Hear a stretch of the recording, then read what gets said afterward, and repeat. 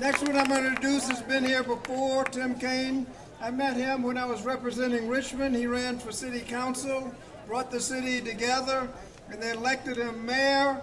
Then he ran for lieutenant governor, and for the last 12 years has served as our United States Senator. He serves on the Armed Services Committee and chairs the Sea Power Subcommittee. Local 8888, that's where all the subs are coming from.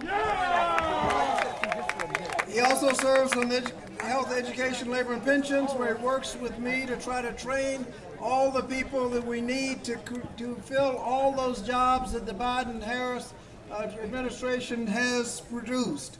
So please welcome our Senator, Tim Kaine.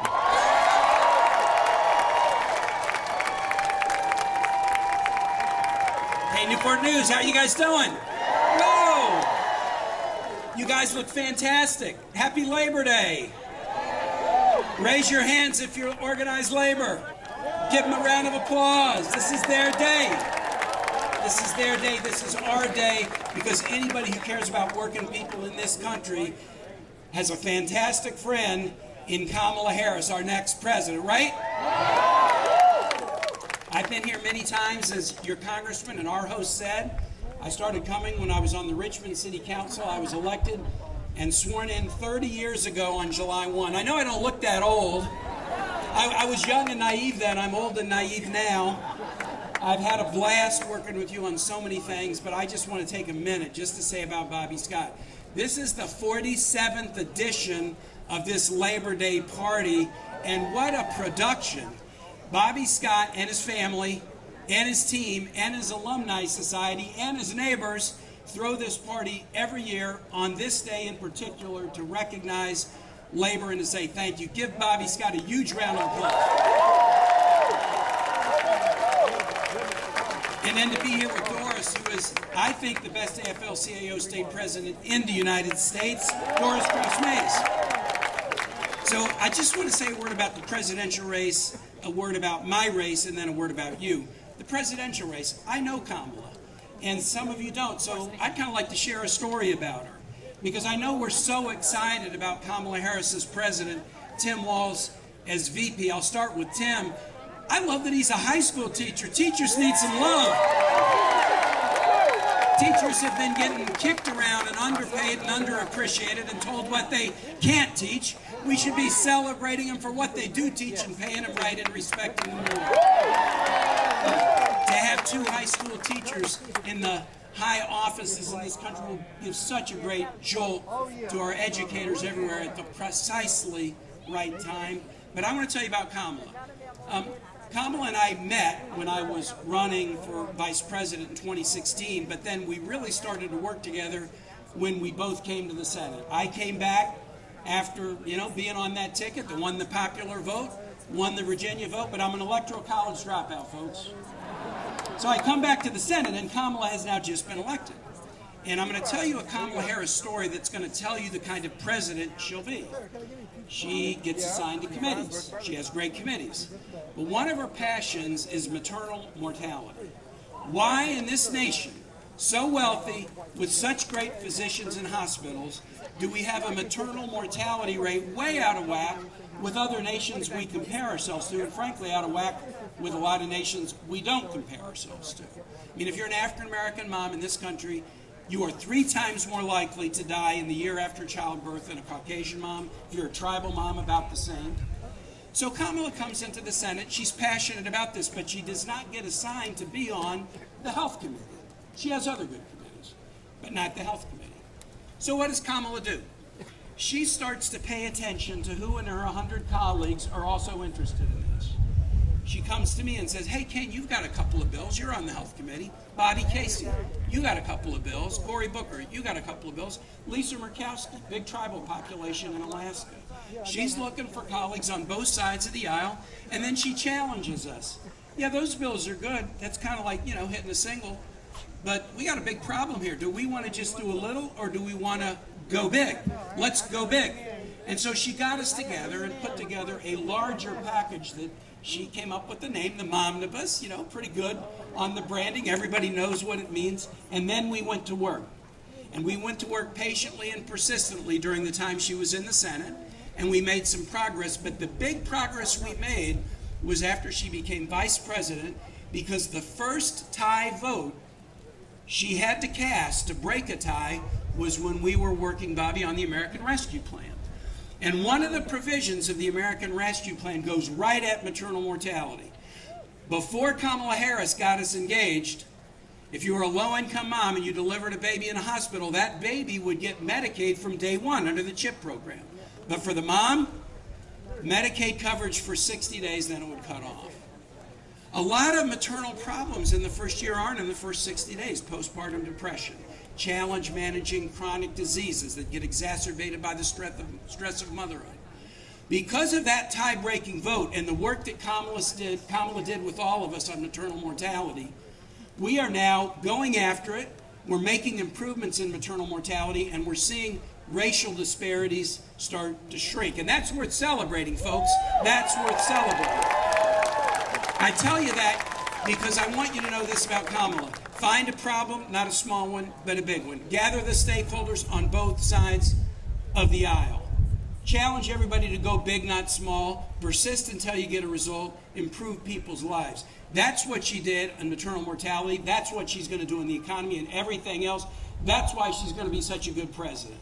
Now, I could add one other thing. She taught Mark Warner how to make a better tuna melt sandwich, and that's the second reason why we should be able to support her to be president. Last thing I'll say quick about my race. I'm super excited to be running for my third term in the Senate.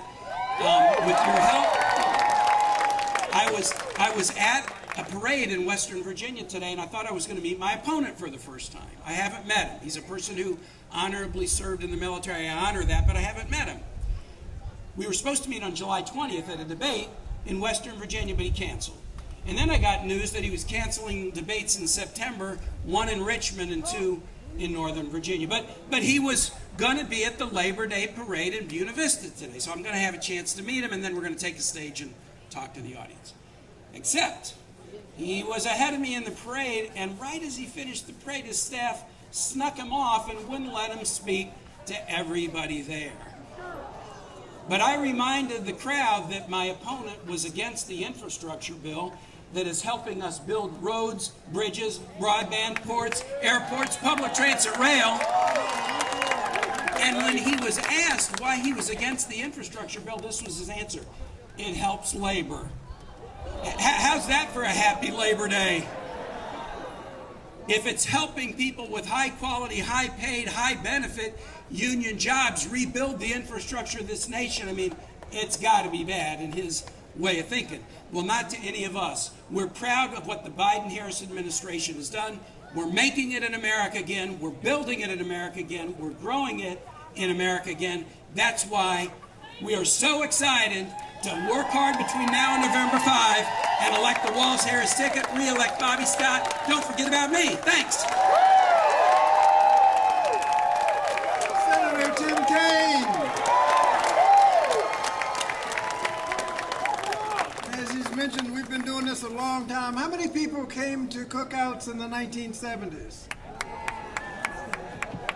How many came in the 1980s? How many came and saw Bill Clinton in the 1990s?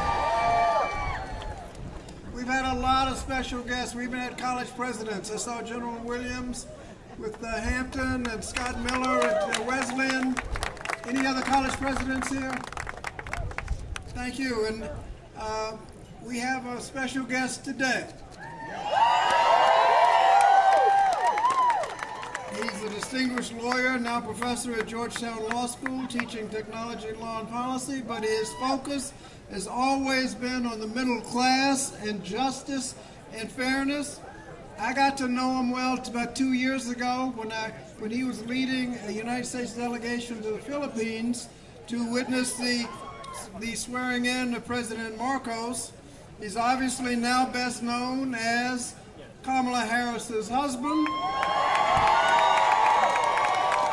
And for the last 3.5 years has served as the Second Gentleman of the United States. And how about his speech at the Democratic National Convention?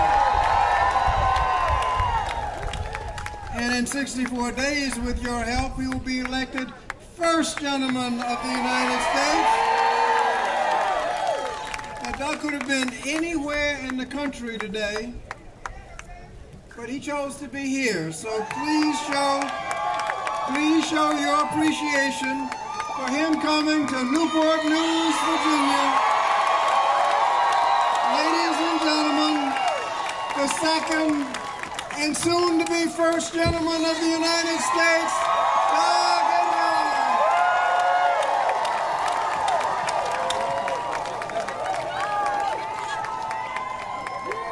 All right. How's it going, Virginia? Happy Labor Day.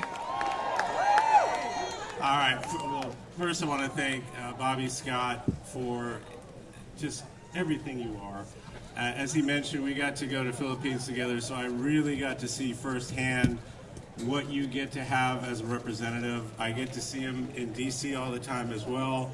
How great he is in public, he's even better behind the scenes. He's a tireless worker for you, and send him back to D.C. We need him.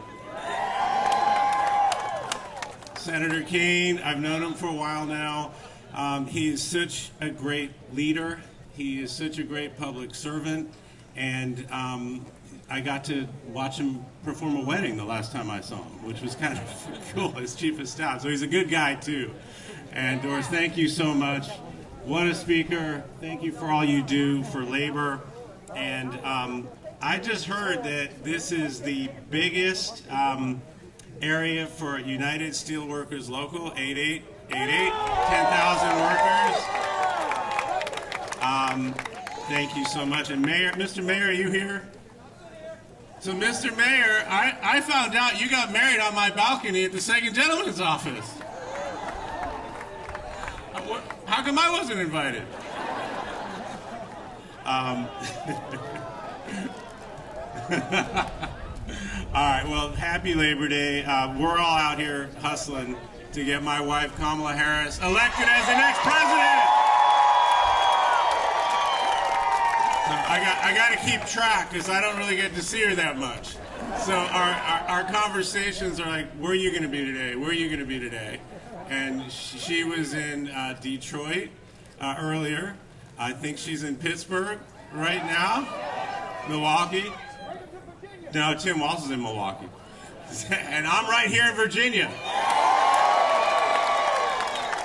And I am not going to rest. I am not going to sleep until November 6th. Tim Walz says he's going to sleep when he's dead. I'm going to sleep till November 6th. Because I'm going to enjoy this next administration when they are elected as president and vice president. All right. Let's talk about this election. We got a lot of work to do. And we only got 64 days to do it. Now, I know that convention was great. It was really fun to give that speech in support of my wife. It was great to have our big, beautiful, blended family out there in force. And like I said, she's always been there for our family, and she's going to be there for your families. But with all this excitement, all this celebration, we haven't won anything yet. So we got to turn all of this enthusiasm and the money we've raised and the hundreds of thousands of volunteers that are out there each and every day, knocking on doors, getting their friends and neighbors involved, doing what you're all out here doing today. It's our democracy in action. It works. And our democracy is worth saving, and that's why we got to elect Kamala and Tim.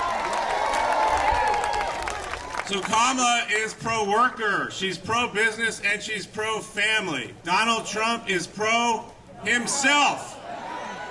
So this is a binary choice. This is an election on who better understands what you go through, what your family goes through. I think about people like my brother, who was a firefighter. He just retired, a proud member of IAFF. I just asked him if it was okay if I talked about him, and he sent me his alumni union card. That's my brother. That's who she's fighting for. Did Donald Trump make anyone's life better when he was president? No! Do you think he cares about you anymore this time around? Of course not. No. When you boil it down, I'm just absorbing everything I'm hearing each and every day, all the nonsense we have to absorb from the mouths of Donald Trump and his little sidekick, J.D. Vance. So you can almost boil the platform down into two words: authoritarianism and misogyny. That is their platform.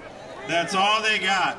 And now you have Kamala and Tim, who have a platform of an opportunity economy and solving problems the way that Tim said. See a problem, solve a problem. It's not ideological, it's just getting the work done for the American people. That's what you're going to have with Kamala and Tim. They're also not going to take your rights away. Just like every other word out of Trump and Vance is taking something away, moving us backwards, taking rights away, making it harder to vote, banning books, making it impossible to get reproductive care, even in the event of rape or incest. That's all in there. It's all in Project 2025. And that's what we're dealing with there. It's binary election. I get to see her, not so much now, but I get to see the leader, who she is and what you're now seeing, but in the most version of herself. Just when we needed somebody to step into the breach, when the country and the world needed somebody, she was right there. And she stepped up. She's doing it for us. She's doing it for my family, and she's doing it for your family. This is the Kamala Harris I've always known, but it's the most badass version of Kamala Harris.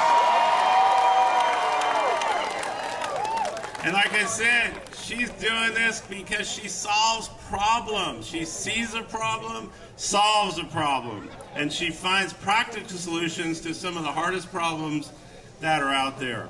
But it's for us. Like she said, like I've said, the only client she's ever had is the people. She's doing it for the people. Now, Kamala on the economy. She is pro-business, pro-growth, pro-innovation, and pro-worker. It's all connected.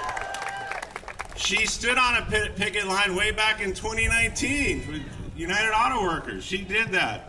She chaired the White House Task Force on Organizing and is proud that this administration, the Biden-Harris administration, is the most pro-union and most pro-worker of any administration in history.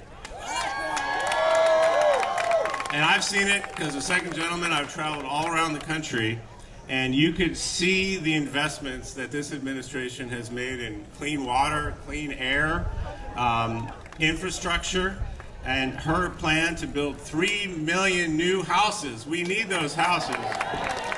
And all of this creates jobs. All this great stuff that we're doing to make our lives better also is good for the economy and creates good, high-paying jobs. Kamala has always been driven by fairness, a fairness for everyone. And fairness looks like equal access to capital for everyone, including minority-owned businesses. Fairness looks like project labor agreements being required on the biggest federal construction project. And fairness looks like saving the pensions of millions of union workers. And fairness looks like 1 million new apprenticeships. Biden-Harris administration delivered all that, and that's going to continue in a Harris-Walz administration. Because she knows what's good for families, it's good for the economy. You know, it's interesting. This has been an intense 4 or 5 weeks, needless to say. And the president sent me to Paris to represent our nation at the closing ceremonies of the Olympics. And of course, at the Olympics, you hear the USA, USA chants. And I got right back from Paris. I went to the convention in Chicago, and what did I hear there?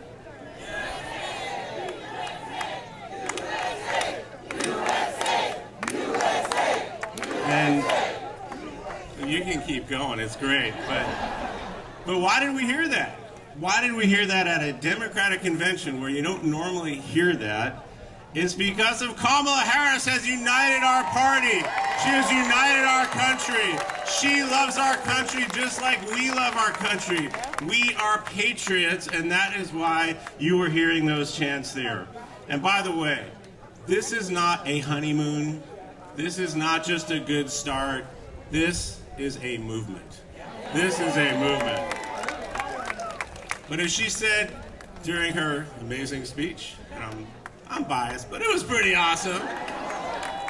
She said, this is not only the election of our lifetimes, this is the election of our nation's lifetime. So what does that mean? We can't get distracted.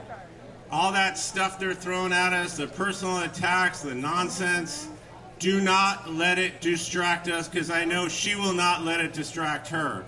I cannot say anything around the house about anything other than, what are you doing to win this election? She's not letting any of this, affect her other than 2 words: focus and discipline. Focus and discipline. That's all we're talking about when we're having our coffee. Briefly, it's like, get back out there and let's win this election for all of us. All right, so like I said earlier, we haven't won anything yet, but we can do this. We can do this, but we got to run like we're 10 points behind. So on November 6th, we'll be 10 points ahead. That's the way to do it. And as Michelle Obama also said, apart from do something, which was great, she also said we need to vote numbers that erase any doubt and overwhelm any effort to suppress us. Because you know what? That's what they're going to do. That's what they're going to do. You already know they're going to do it. They're being open about it. So we got to win, and we got to win big. So how do we do that? First, you got to register to vote. Everyone's got to register to vote. So make sure in all of your networks and everyone you know, especially young people out there, if you're just young people, you got to register.